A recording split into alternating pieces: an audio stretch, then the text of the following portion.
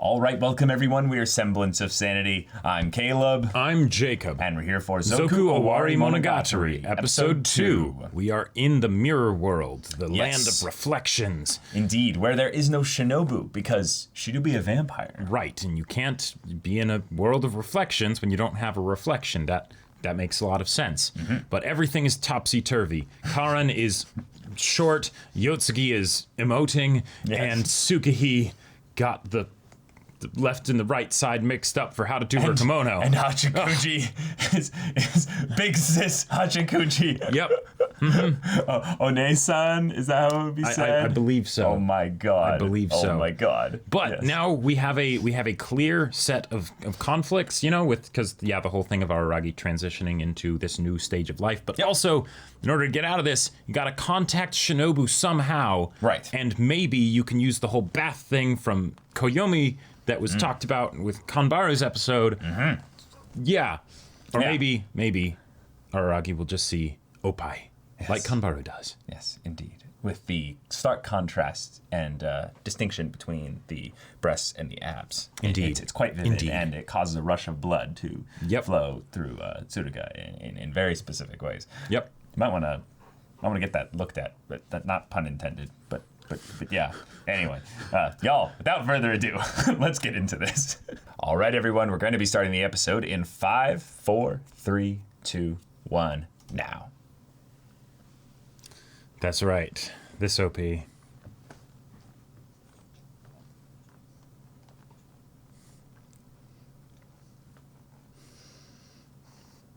mean, that is kind of what like childhood can sometimes end up being like, is it's just a rush of memories, almost like a dream, where you're like, whoa, that was quick. I'm suddenly here. Yeah, that's... Because that's like one of the biggest like things about being an adult, is you realize how quick the time actually passes. Even though it didn't feel like it was passing by quickly. Yeah. Yep. And then it's fun to have that happen as an epilogue of sorts to the end of the story, where you're basically like, yeah, Monogatari. It was quite a journey. It went by kind of quick, didn't it? You're like, whoa. Yeah, actually it did. And I can only imagine what it's like for all the people that were waiting for like each installment to come out and stuff. True. You know? Yeah. All right.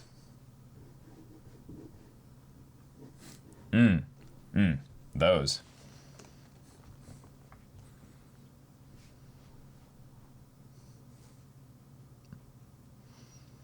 Yep.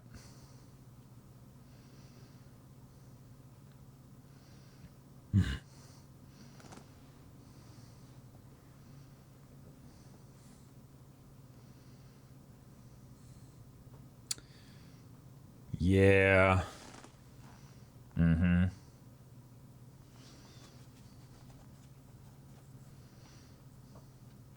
That's beautiful.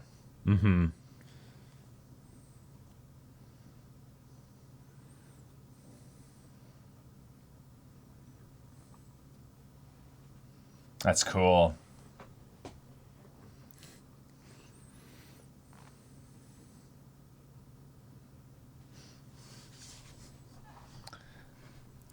So what kind of favor will you have to do for... Yeah, Tsuruga. Yep. Oh, wow. Oh my god. Wow. Yeah, what kind of Tsuruga are we gonna see? Well. Oh. Monkey. All right. Well.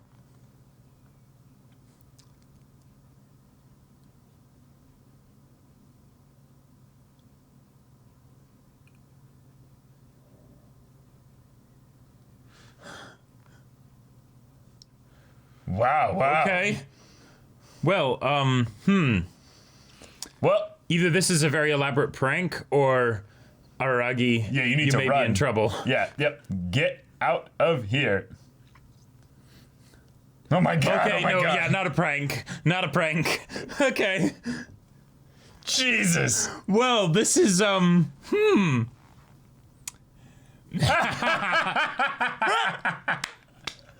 Visible from space. Yeah. Yes.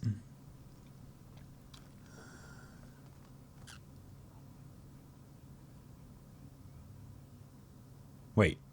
Oh. Oh.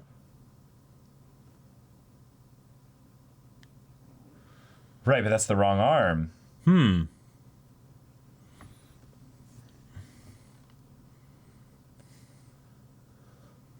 I'm still... There's this part of me that's wondering if it's going to turn into a joke. Yeah. Wait. Wait, hold on. Wait. Hold on. Hanakawa? Yeah, I'm pretty sure that was, I believe so. Oh, yeah, uh-huh. Oh, Okay. wow. Wow. Yep. I just woke up.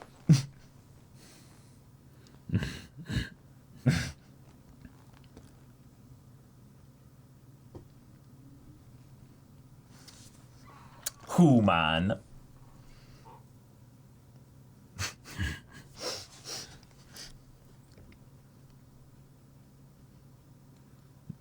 Yep.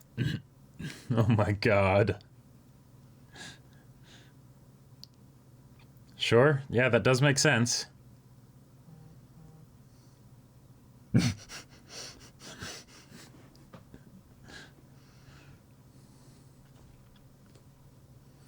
About what, I wonder?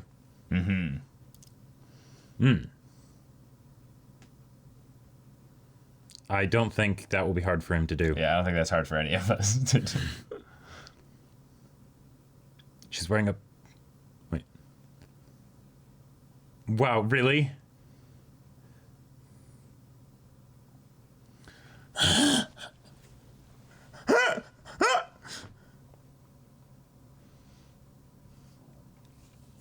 Wow.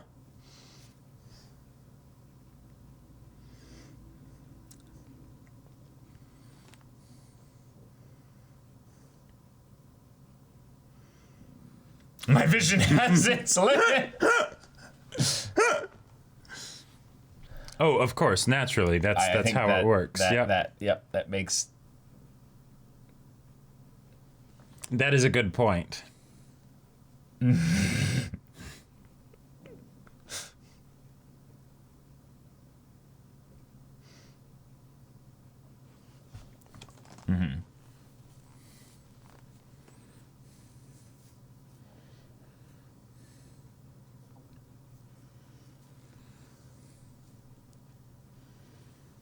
Okay. Oh, is that like a reverse flip on the, I don't know everything, I know what I know? Possibly.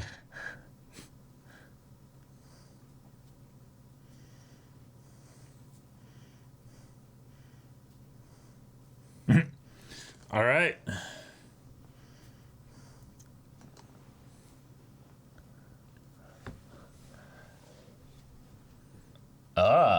I reject your warning and substitute my own. Daga kotowaru.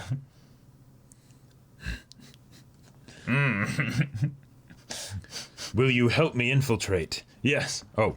Oh. Yeah, why are you here? Yeah, that's a good question.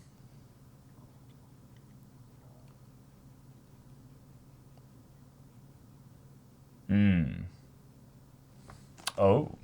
Present? Oh.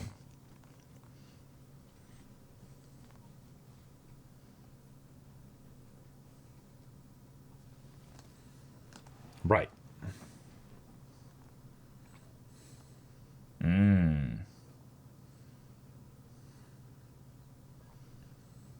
I positively despise you. So is it going to be Senjigahara? Yeah, I get the feeling she could decoy. Yeah. Here we go. I know what I know. Okay, so that's still the same. There we go. Okay. All right. There are some constants in the universe. They're too powerful for a mirror world.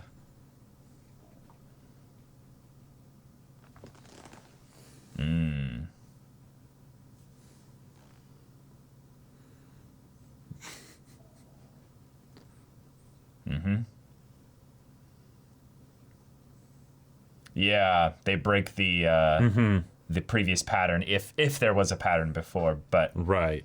oddified. Nice way of saying it.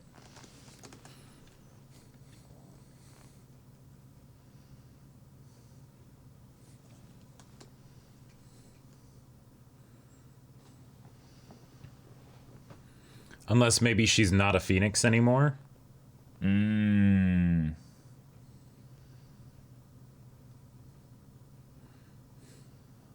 Yep. Uh-huh. Some things never change. Oh.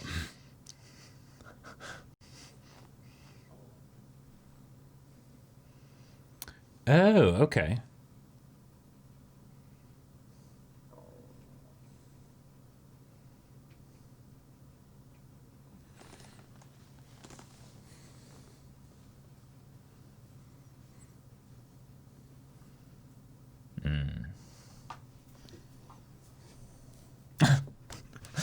Really? Yeah, that would be just painful. Okay. Right. It's just annoying. Yeah, I can imagine. Oh, sure.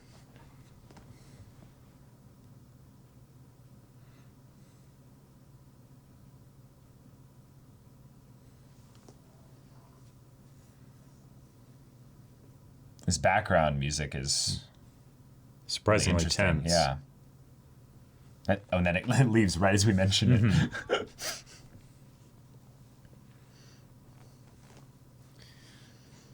Oh boy. Oh boy. Good luck, my Psychologically friend. prepare yourself. I suppose she would be less annoying than reading books backwards, you know. Sure. Cotton? Oh. Wait. Whoa, what? Hold on. Who is this? My brain is...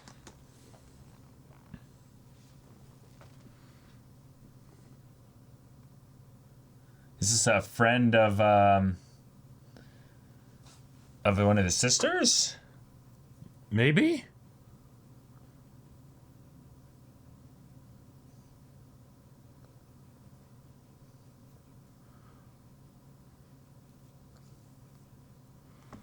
Wait a minute.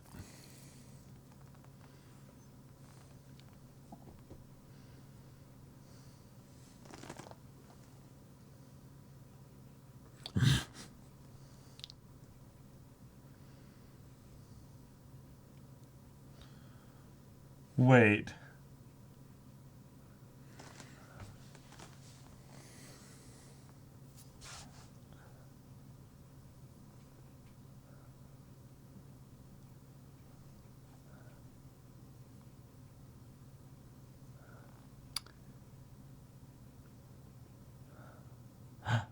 No way. No way. No way. No way. You're kidding.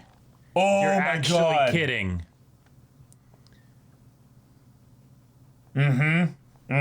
Wow. Yeah. Uh-huh. Everything's different. The most Whoa. important thing that... Yeah. Uh-huh.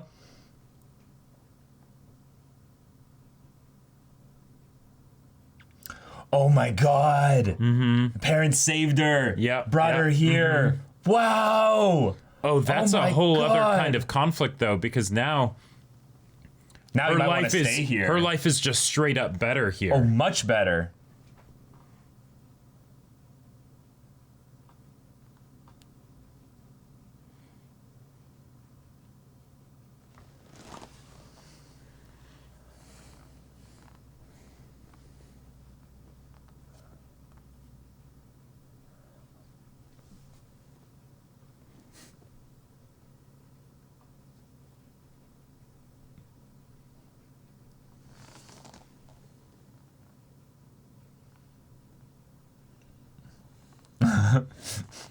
So studious. Trying to solve him like a math problem, you know? Right. Oh.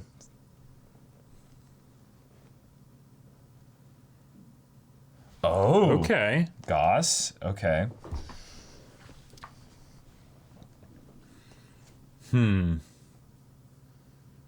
Okay. But I mean, she also looks totally different and seems to be a completely different age too. So, Oh my god. and personality is completely different.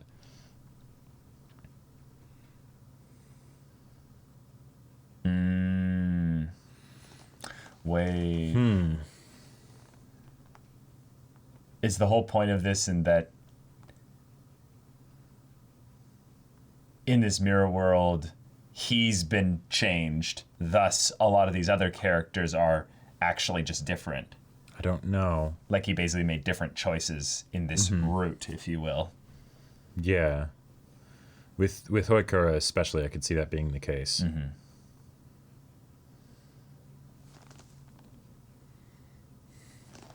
Oh. Wow. Okay.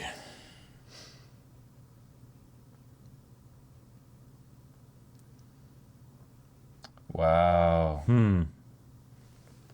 Wow. Okay. Okay.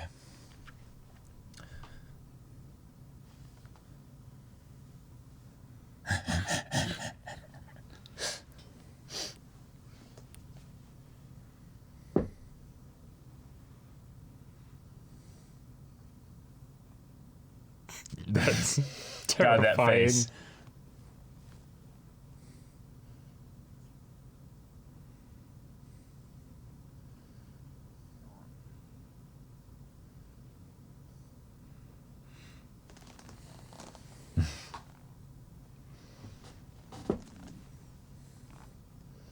Yeah, which meant that given a specific perspective, you would be able to see that logic.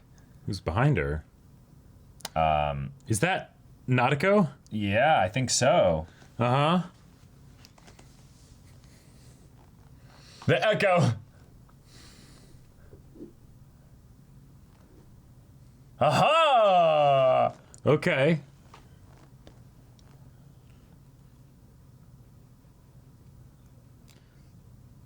It's been a hot minute. Sengoku, what the ghost? Yeah.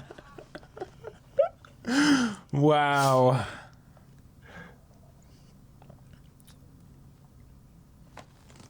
Whoa. Nice. Nice. Calling her a predecessor. Yeah. The bangs cut way high. Okay. So they sent Wait.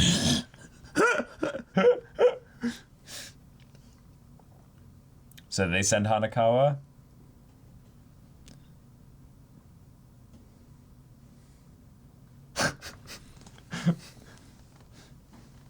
Just to roast Really? ya.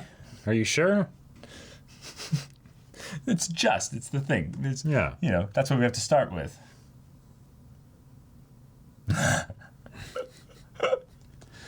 Okay. Oh my god, this Sengoku interpretation is something else. Yep.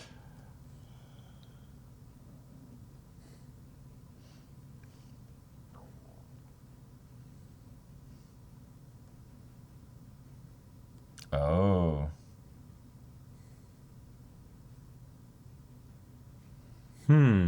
Shonen?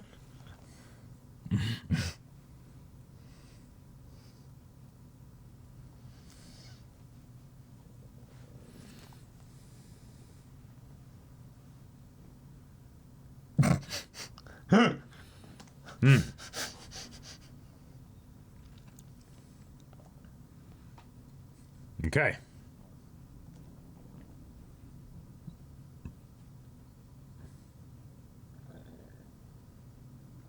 Okay.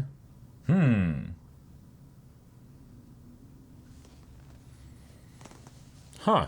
Oh, cool. All right. Yep, did not know that. That's Nope. awesome. Oh my god. What? Yeah. Pretty sure, yeah. We're gods. Yeah.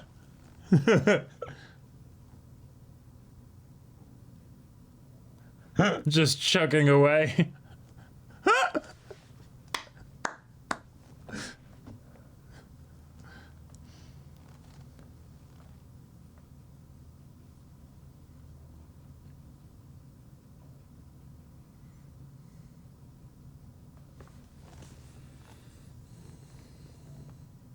Hachikuji's still going.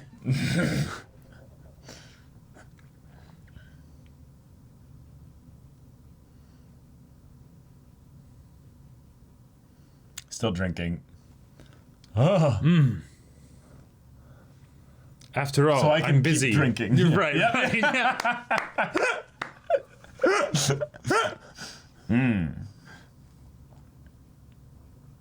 Oh, cool. Okay.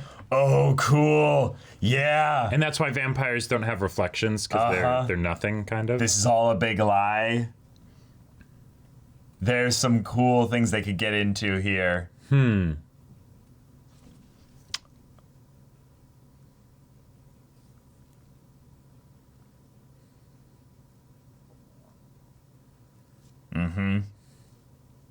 Which then brings up the question of, do you want to choose this one, since this is the right one? Right. Okay. Both. Meaning they have internal logic. Sure.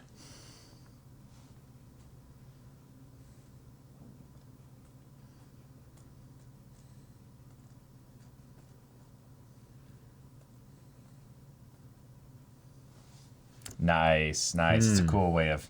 Yeah, yeah.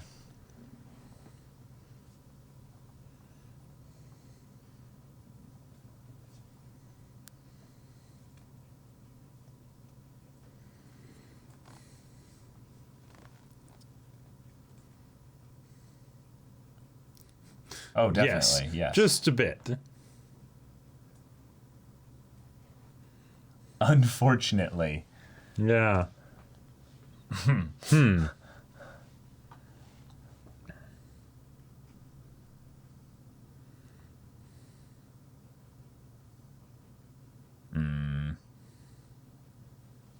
Cool, cool. Okay. Its eyes.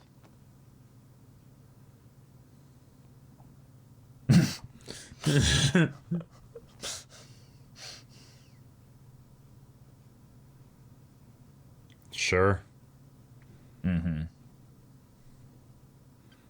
Or an inverting value.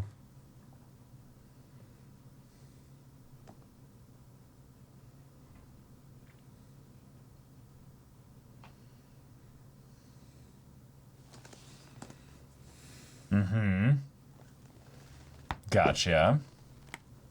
That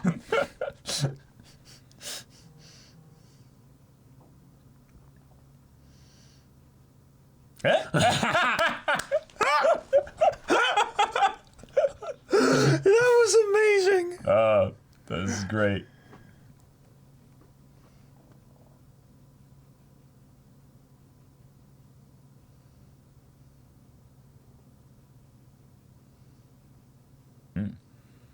Sure.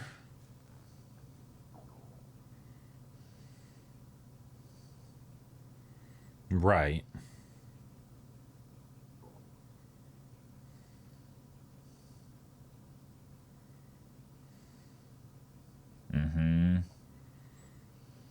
Sure, if you had never even seen something reflected.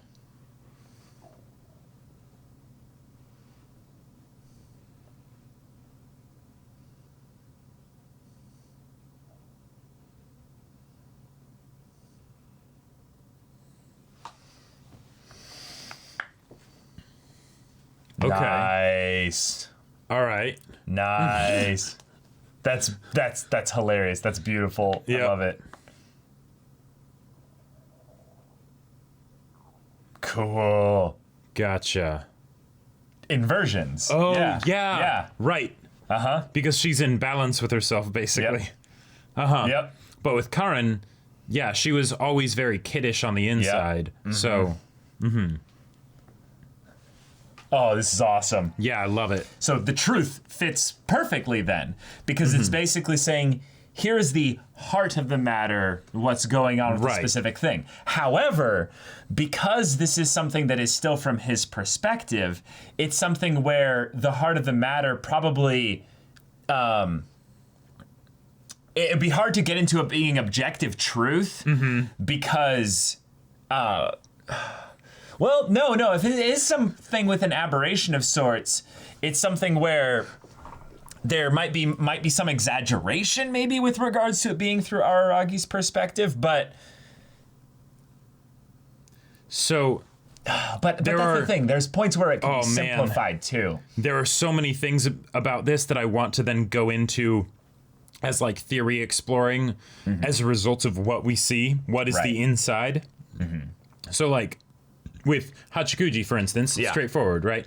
Because even though she died when she was young, she's been around for a while. She's a very wise person and all that stuff. So there you go, right? Yeah. So thus she is actually an adult. She is actually an adult, right? Yeah.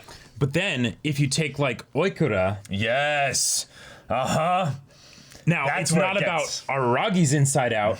She's inside out. Yep. So, she wanted deeply, oh, man, if only they had taken me in back then. Yep. You know, which explains where all the pain came from when she met him again. Yeah, this is awesome.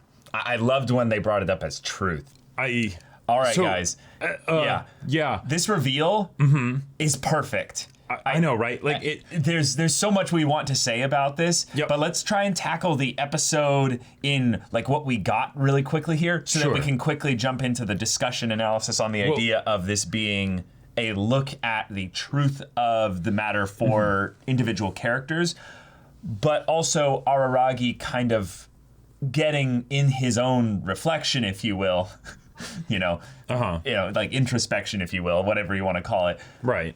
A second look at all the people in his life that might have some elements of the truth in it. It doesn't have to be entirely the objective truth as to the way they actually are, and he's been seeing them wrong his whole life up until now. Well, right. It's the perspective on them from if you were to look at them from the inside. Yeah. From the inside out. So, and as far as like, okay, Monogatari is a show. It has a lot of things that it does where it's, using these spiritual mechanics and things like that in order to, get at an internal matter of a character. I love it. I love it. It's good stuff, right? Really good stuff.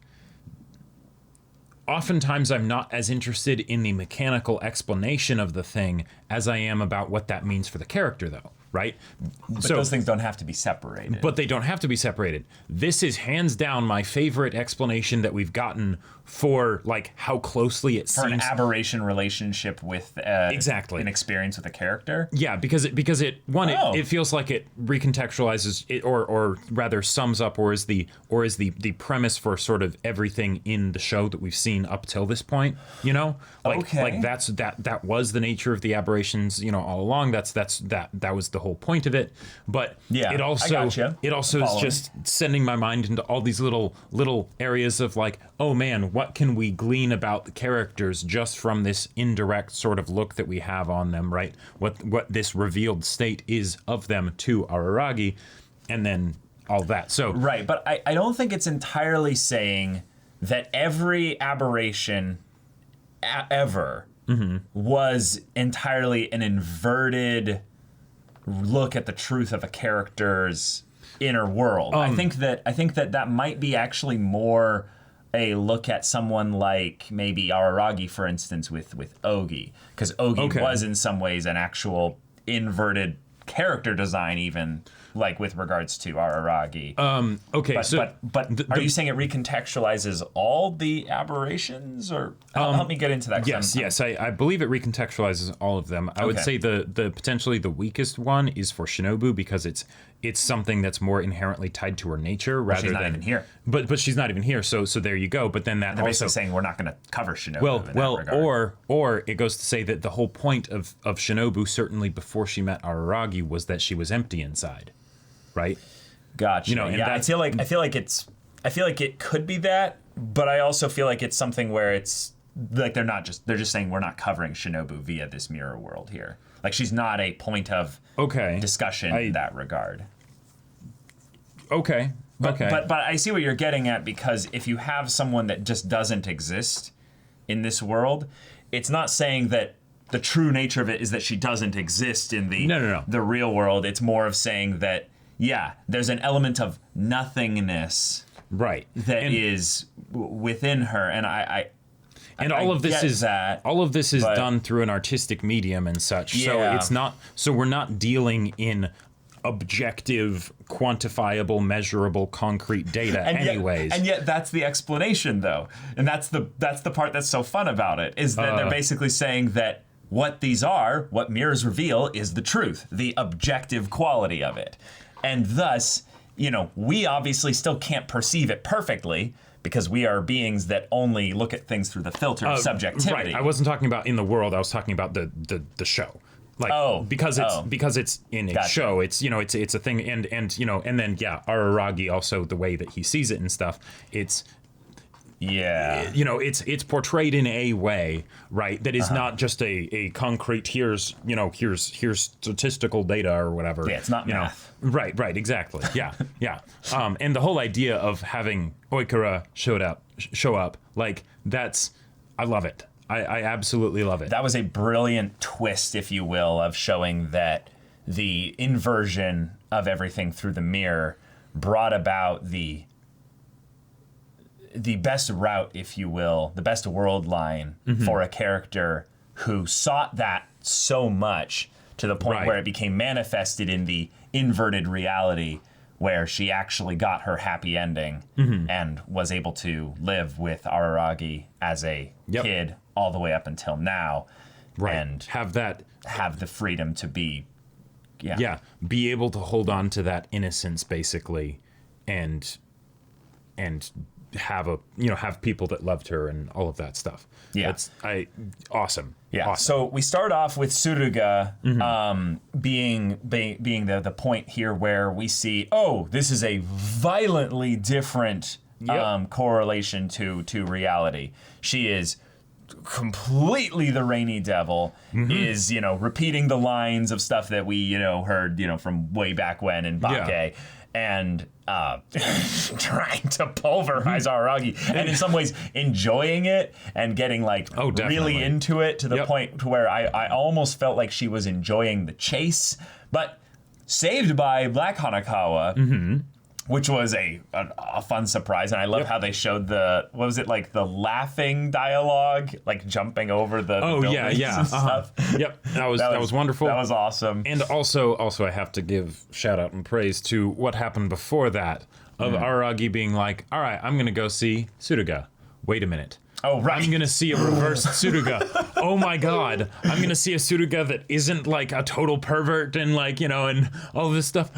This is great. Wait, she's not just going to be, talking about how she's so, I'm so sexy, and taking her clothes off in front of him to tease him or whatever. Yeah. Oh, yeah.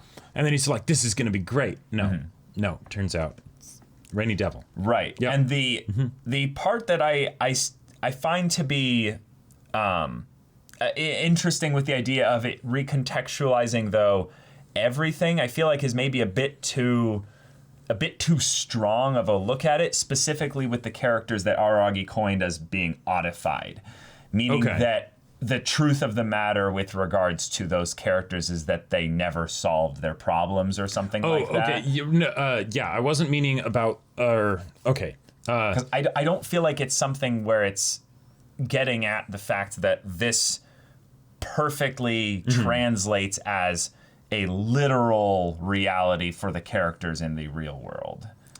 It's just getting at a truth. The idea of there being an element of this that can be, like you said, gleaned and then brought back into the real world. Right. So I don't see it as being a as being any kind of literal truth or whatever, because that's Suruga isn't actually like the Rainy Devil on the inside. She has the arm, but that's obviously it doesn't work there. And with those, that is one of those ones where I'm a little bit curious as to, like, I kind of want to tease it apart to see where there might be some inconsistencies with this theory of mine, because there's, on the one hand, I feel like it's something that is basically Nisio saying, this is the point of my style of monogatari with how I do these supernatural things and whatnot. Not that you haven't already picked up on it before now, right? But I'm just going to basically state it while using its own mechanic, right? To convey it, right? Okay. So with Suruga and Hanakawa, yes, they are not still currently in that state, so like that is not their internal state. They've addressed it. Hanakawa's, both of them have accepted it and things like that. Right. But that was So that's why I want to bring up the idea of this truth versus subjectivity thing, which is that feels like something that is a perfect end cap look at the show as a whole. Is that we're not meant to entirely recontextualize the whole show based on an aberration jaunt through a mirror world. It's that Araragi is letting go of the past. There's a lot of old perspectives, if you will, that he is letting die. Okay. He is transforming, if you will, into a new long-haired individual. Exactly. Yeah. He is going to be achieving his own level of Tsukihi balance, if you will. And I like that maybe in some ways he's not brought it up yet, but has he brought up the fact that, maybe he hasn't inverted either? If he's going through this whole experience here, just because, you're the one looking around at the mirror there, you should still be flipped if you're looking into a mirror. Right. So I don't know. They could get into something like that there. Well, and one of the other things that I'm a little bit curious about, because when Nadeko went over the idea that, hey, we're all still full people. Yeah, we're realized individuals. We're realized individuals. We're not the shticks that are being overtly exaggeratedly presented here. We are actual, legitimately full. Yeah, people. That raised two questions in my mind. One, given that in this mirror world, right, we have these people here, the things that seemed to be the mirror side of them seem to have come from particular points in time. So like something, because people are dynamic, they change, things like that, right? So with Hanakawa and Tsuruga, their oddity, it was not with them since they were born. It's, they dealt with it in their own way, so it's not an issue in the current timeline that Araragi comes from. Like in that present time, it wouldn't seem like this would be what's on the inside of them, like you mentioned, right? But then with someone like, say, Tsukihi, makes a lot more sense because she's sort of achieved her own Zen state. And Karen, even though she has definitely grown up a lot, she still does hold to a lot of that sort of like kiddish like style of things. Right. And then sort of the reverse for Hachikuji. And then Yotsuki, that's, well, any kind of insight that we would get about Yotsuki from this mirror world is very interesting. But if that's the case, and also for Oikura, it was something that happened a long time ago in the past, right? That was the crucial thing. It's the, this happened to me, I had this bad family situation. So then the mirror was that back then that was changed, right? The events were changed. I stayed with them. There you go. And then now she's this different person. I think the point of that, though, is to show the internal consistency. It's basically to say that this isn't a point in time locked in where we're going to remain these characters forever. This is a world that has always existed this way, and it's just a parallel universe. Because that means that this isn't a perspective-based illusion. This is basically a world where Araragi always did these specific things. Right. There is no like juncture point where he entered the mirror world and suddenly everything warped itself around his perspective. And that's why I think they're calling it truth, is that Araragi, yes, there are, parallel universes essentially where people made different choices, said different things, did different things, etc., thus leading to this experience, this reality that you're seeing here. And the only reason why you're thinking it's mirrored is because you've had another experience. If you didn't have another experience there, you'd have a totally different opinion of this. Yeah. You'd accept it just fine. You wouldn't have any issue accepting it. Sure. Yeah. And what I'm wondering is that given the fact that it is totally internally consistent and everything, is this a parallel universe or is this more of one of many? Oh, it could definitely be one of many. Because I feel like this could be something where this is an alternate universe, basically, right? but there could be, okay. you know, multiverse theory. There could be an infinite number of them, you know, because and then maybe they would focus on different parts of the, you know, the person's lives and things like that, right? Like maybe with Hanakawa, instead of it being Black Hanakawa, where it's like that's, you know, on full display, you know, the aberration side of it, maybe the switch is that she fully told Araragi how she felt or something back in Kizu or something, and then, you know, everything changed from that moment forward. You know, who knows, right? Yeah, I think the little bit in the beginning of what follows in the beginning of this arc's first episode is basically brought out the idea that is a dubious perspective, an improbable future, and they go over all the characters specifically and their oddities specifically, their things that made them quite different, and basically that the point of this is to see what we can learn, because people learn more from defeat than victory. So learn to our heart's content. Right. It's basically saying this is Araragi doing some sort of reflecting, if you will. Sure. Now, I think what might be gotten at here a little bit is the idea that he's looking back at his interactions with these characters, and some of them were defeats. Some of them were areas in which he maybe feels like he failed a little bit. And yet, one of the most balanced perspectives to have regarding the past is to acknowledge that it's the past. You can't change it. But a youthful kind of dream with regards to this kind of stuff is to imagine the idealized world where you didn't make any mistakes, or you did everything right, or something like that.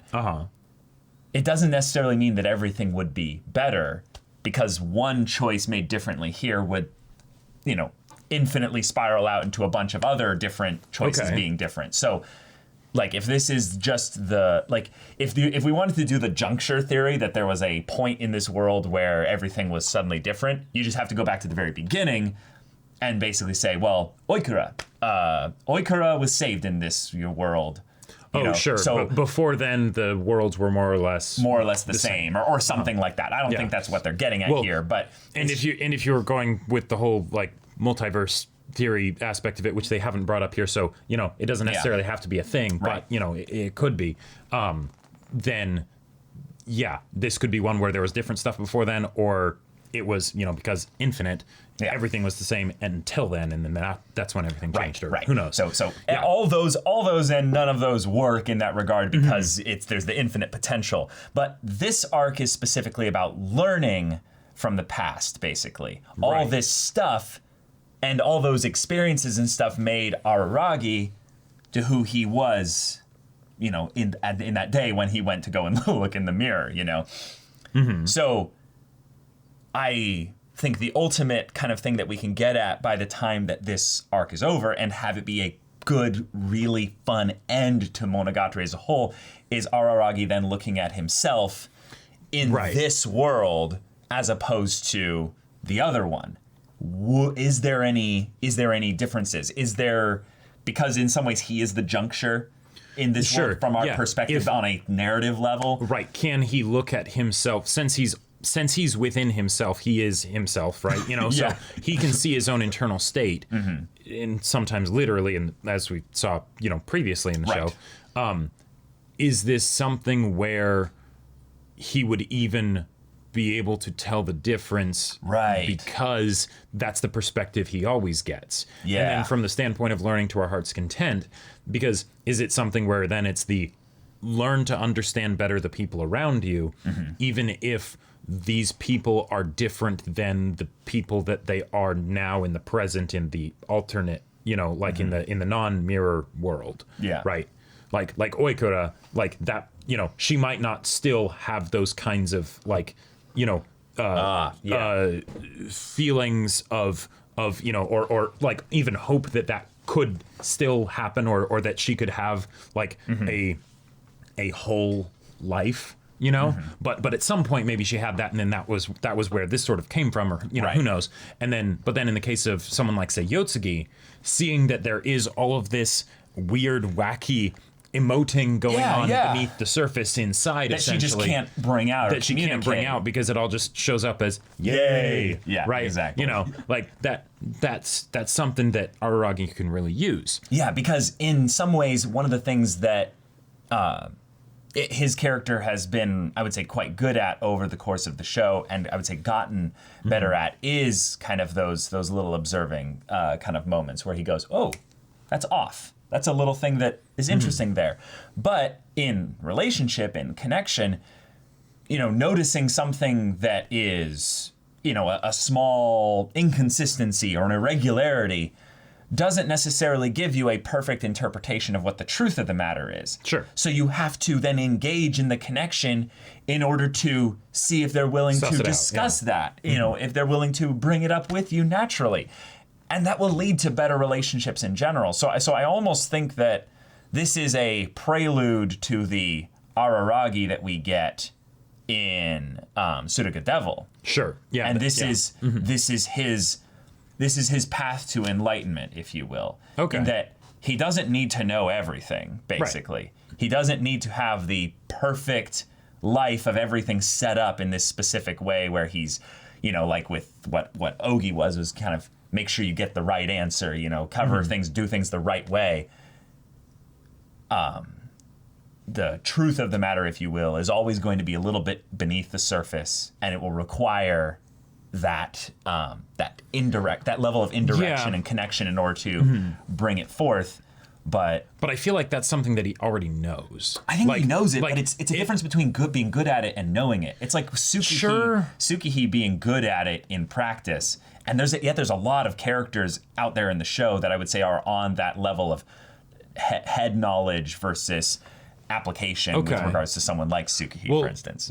So the more and more I think about this, because the characters are in some cases so different that, like in the case of Nadeko, for instance, right? Oh, sure. Araragi has there's a very different Nadeko here than he's used to, right? Yes. And that could give him potentially some perspective on Nadeko as a person, right?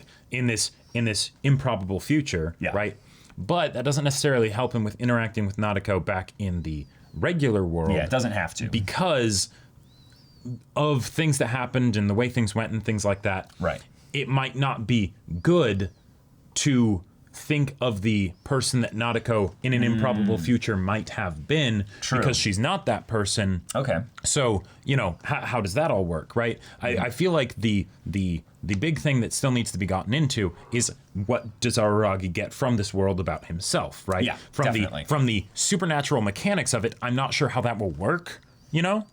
And I'm not even sure what the lesson is that Araragi would need to get here other than if it is that sort of Zen acceptance kind of a thing. I think they set it up this episode in literally an actual boss, a goal, MacGuffin thing, and then a character that's tied to it, and also a past thing in Monogatari that set it up, and that is the bath in Suruga's house. Sure. Okay. They pointed the bath, and they said it in this episode to remind us, which I thought is rather interesting because my instinct after watching the previous episode was to go back in Koyo Monogatari and check to see for the general details as to what was the general picture of what was going on in that episode. And yet in this one, they're like, no, we're going to bring it up for you so you don't have to go and look back. And it was like, oh, there's a little fairy tale thing that Araragi's kind of like, he was maybe being a little dismissive of it.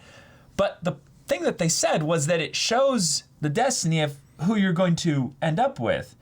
But Senjo in the past thing kind of gave an alternate look at it.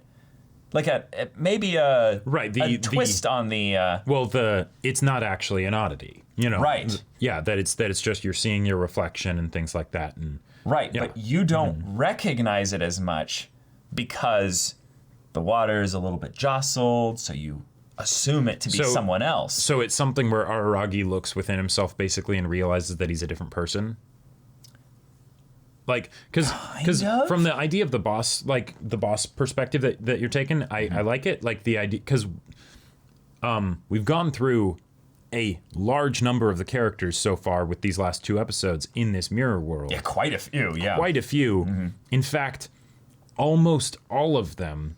Yeah. With the biggest one being that they haven't covered yet being Senjigahara. Of like the Bakemonogatari characters. Yeah, and like even OG some beyond original Bake. cast. Like we haven't gotten Kaiki or Yotsuru, but I meant in terms of like the main cast, if you will, because Gain hasn't been right. shown Gain or something hasn't like showed that. up, but we even got Oikura, so like that's pretty far out there as far as the distance from sort of the main origin point of the story. Right, but I think that is because these are all close people to Araragi. All these people specifically are the ones that he has the closest relationship with. Except for Senjo.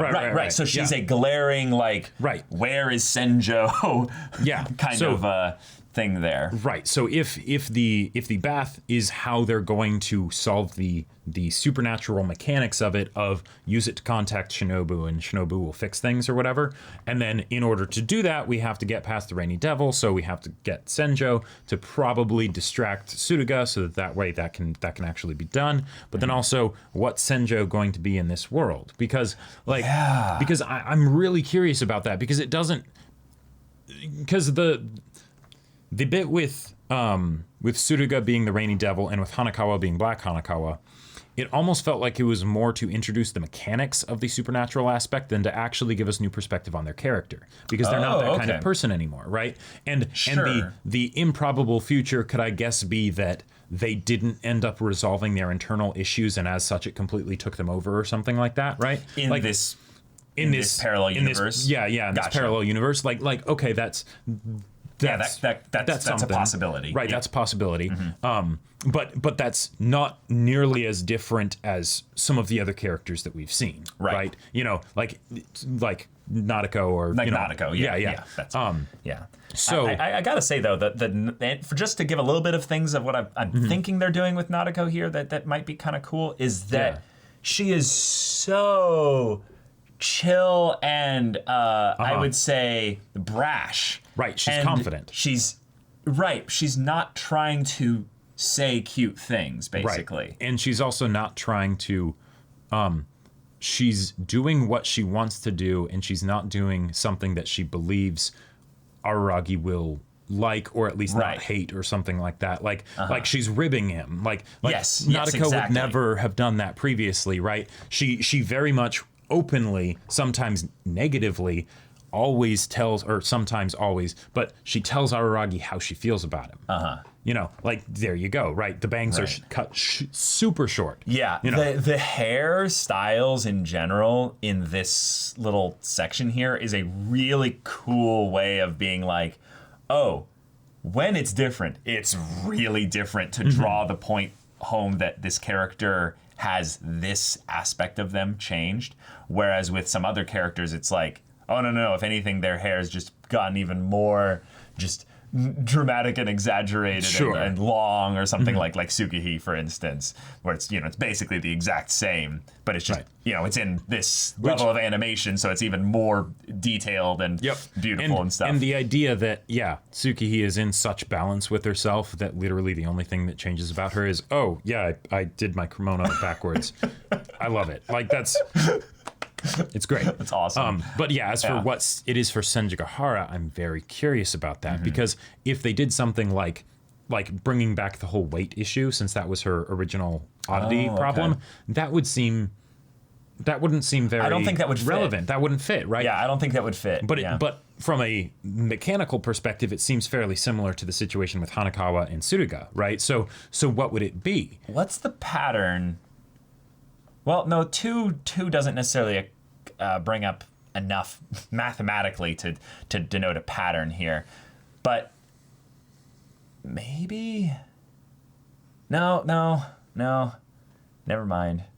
I was trying to think if there was a pattern between Hanakawa and Tsuruga that was like relatively obvious, but maybe it's just that they were the transformed, more violent. Definitely the violent ones that had a definitive different form as a result of it. Yeah. Senjo was similar in that she was altered, but not like not in the same way. She did, Yeah. she was violent plenty without the oddity, and she was not visibly altered, even though it was detectable. Right. I think that all the other characters that we've seen thus far did not have oddity visual transformations that would basically be like... Nadeko got one later, but originally it was just that there was the snake tattoo thing, etc. And then the hair. No, originally, back in... Originally. Gotcha. Yeah, that's a good point. But, okay. Yeah, I don't know. So this is a really cool way also, I would say, to efficiently bring up all the things that we've seen thus far in just 1 to 2 episodes that is so radically different from what we've experienced with the characters. So I think this is a clever bit of exposition that was used to get us to think, but I would say also to get us excited about where the story is going. And that is... It's almost over. Like...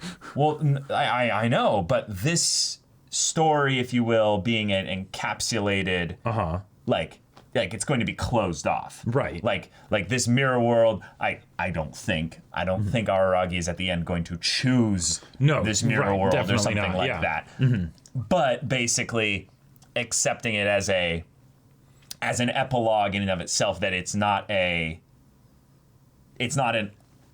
open-ended narrative by the time it's finished. Okay. Like I 100% believe that this is going to be a closed box, basically. Gotcha. That once its growth that it's given to Araragi and the stuff that he's learned from it is accomplished, then he'll come back to reality, and definitely. it will be whoa, I just had one of those like kind of almost like a Christmas Carol moments, where he was grabbed away by the ghosts of Monogatari, alternate past or something. Right, yeah. Exactly. And got a little bit of a fun trip out of that. I could see it being something at most where they take it for the spin of it is real and it continues even if Araragi doesn't observe it. Yes, I agree. Like that world still exists, but we're just not in it.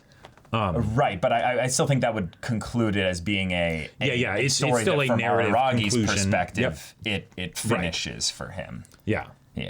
But this is a really cool way to end a show. Yeah. Like, this is a really cool way to end a show, because we technically kind of got the ending, if you will, already. Right. Yeah, but this is kind of Araragi figuring out how he feels about the ending.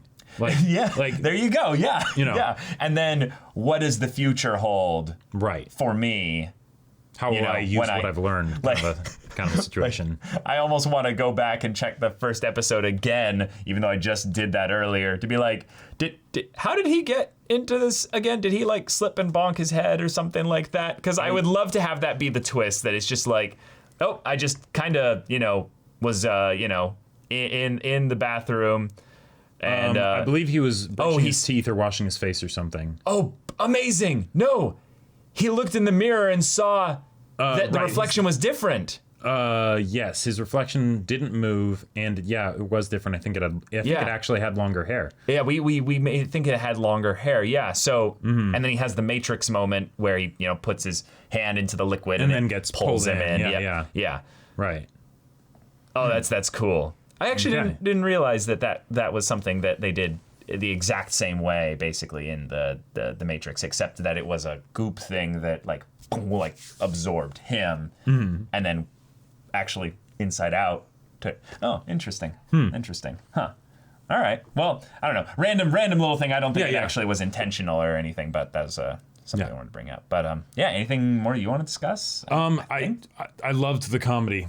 I loved the comedy of this episode. It was so good. Like every time, like, okay, so Hanakawa and Hachikuji were just killing it. Hanakawa was absolutely fantastic and hilarious. I love the whole thing of Araki being like, wait, one breast is bigger than the other, and it's the wrong one. Hold on. This is something I would definitely notice. Yep, I'm very much paying attention to this. And then, of course, Hachikuji, just in general being hilarious, but in particular, the drinking. That was. Yep. Just something. I love jokes that happen on screen while other stuff is happening, you know, like the just bonus extra sprinkles basically. And Right. the fact that we got all those different cuts to be like, oh yeah, you know, no, she's drinking, she's still drinking, she says something, I'll save my, you know, advice or whatever for the end, and then she goes back to drinking, you know. And I I was it. like, oh, we can get her opinions out. Eh? Right. Flushed cheeks and everything. Just the Hilarious. sake, you know, bottles or whatever, just everywhere. Yep. The Araragi's, you know, imaginations of Suruga. What would she be like? That was also hilarious. Yep. I would say anytime he was thinking back to Yotsugi at times in the episode. I guess I need to go back there. Yeah. like you could just feel his just dead inside thing of like, oh, Seeing something, I'm going to need to see something so unnatural. Like, okay.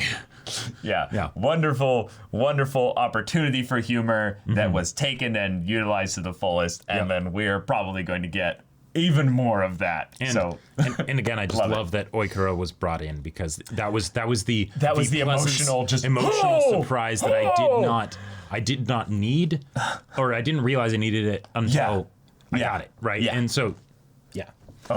But great stuff. Y'all, thank you so much for watching this episode's reaction and discussion. If you want to see the next episode's reaction and discussion right now, though, go check out the link in the description below for our Patreon. Any level support gets you access to our Discord, where you can chat with us and the community there about this show, about anime in general, and also be sure to check out our Twitch channel. Yes, so we stream from Monday through Friday at 3 p.m. Pacific time for each of those days. Mondays we do podcasts. Tuesdays we do One Piece dramatic manga readings. Yes. Wednesdays and Fridays you do gaming. Right, I'm playing Hades right now, which will be followed by Cyberpunk 2077 when it comes out. Right. And then on Thursdays, I do gaming, which is Persona 4 Golden at the moment. Yeah, so if any of that interests you, we'll see you there. But until then, we're Semblance of Sanity. I'm Caleb. I'm Jacob. And we'll see you all next time.